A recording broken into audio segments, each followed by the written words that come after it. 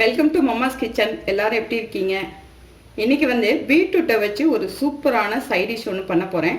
Mostly beetroot வந்து விரும்பி சாப்பிட மாட்டாங்க. ஆனால் இந்த மாதிரி நீங்கள் செஞ்சு கொடுத்தீங்க அப்படின்னா குழந்தைங்கள்லேருந்து எல்லாருமே விரும்பி சாப்பிடுவாங்க. இந்த சைட் டிஷ்ஷை செய்கிறதுக்கு வெறும் 5 நிமிஷம் தான் ஆகும். ஆல்ரெடி வந்து நான் வெஜிடபிள் சைட் டிஷ் நிறைய பண்ணியிருக்கேன். அதோட லிங்க்கை வந்து நான் கீழே டிஸ்கிரிப்ஷன் பாக்ஸ்லையும் மேலே ஐ பட்டன்லையும் தரேன்.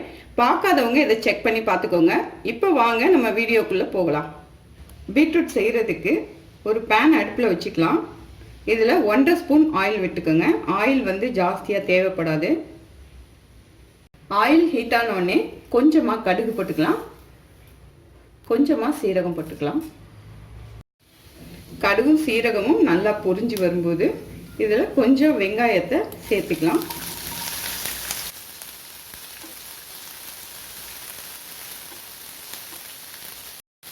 நாலு பச்சை மிளகாயை இந்த மாதிரி 2 வெட்டி வச்சுருக்கேன், அதையும் சேர்த்துக்கலாம்.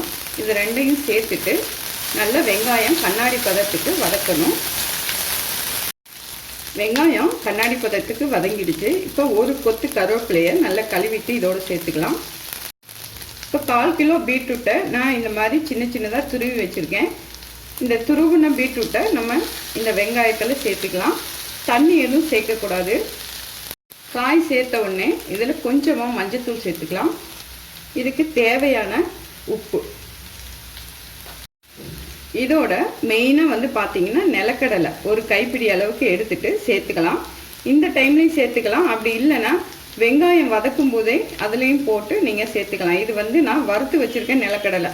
பச்சை நிலக்கடலையாக இருந்துச்சுன்னா நீங்கள் வெங்காயம் வதக்கும் போதே அதோடு சேர்த்து வதக்கிக்கோங்க. இந்த கடலை வந்து நிலக்கடலை போடும்போது ரொம்பவும் சத்தாகவும் இருக்கும், அதே நேரத்தில் டேஸ்ட்டாக இருக்கும். இந்த காய்க்கே இதுதான் டேஸ்ட்டு.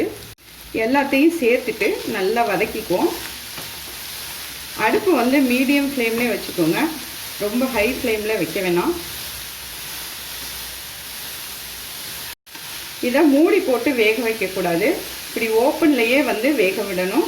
5 நிமிஷத்துக்கு இதை வந்து கிண்டி கிண்டி விட்டு வேக விடுவோம். டக்குன்னு வெந்துடும், ரொம்ப நேரம் எடுத்துக்காது. இப்போ ஒரு 2 நிமிஷமாக காய் வதக்கியிருக்கேன். அந்த காயோட பச்சை வாசனை போயிருக்கு கொஞ்சமாக.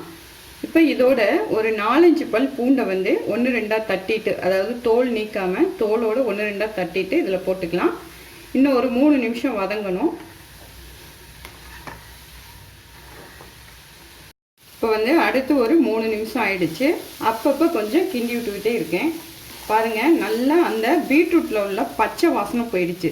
அதாவது வெந்திருக்கா இல்லையான்னு நீங்கள் தெரிகிறதுக்கு பீட்ரூட்டில் இருக்கிற அந்த பச்சை வாசனை போனால் போதும். மற்றபடி ஆஃப் பாயில் வெந்தாவே போதும். இந்த கேரட்டு பீட்ரூட் எல்லாமே ஃபுல்லாக கொதன்னு வேக வச்சு சாப்பிட்டிங்கன்னா அதில் உள்ள சத்து ஃபுல்லும் போயிடும். இப்போது லாஸ்ட்டாக கொஞ்சமாக தேங்காய் துருவலை இதில் சேர்த்துக்கலாம். தேங்காய் துருவல் சேர்த்த உடனே ஸ்டவ் ஆஃப் பண்ணிவிட்டு அந்த காயோட சூட்லேயே நல்லா தேங்காவை ஒரு 2 தடவை கிண்டி விட்டுருங்க. அவ்வளோதான், சூப்பரான பீட்ரூட் பொரியல் ரெடி ஆயிடுச்சு. இதே மாதிரி நீங்களும் வீட்டில் செஞ்சு சாப்பிட்டு பாருங்கள். நல்லா சாப்பிடுங்க, ஆரோக்கியமாக இருங்க, சந்தோஷமாக இருங்க. மீண்டும் ஒரு புது ரெசிபியில் உங்களை சந்திக்கிறேன். நன்றி.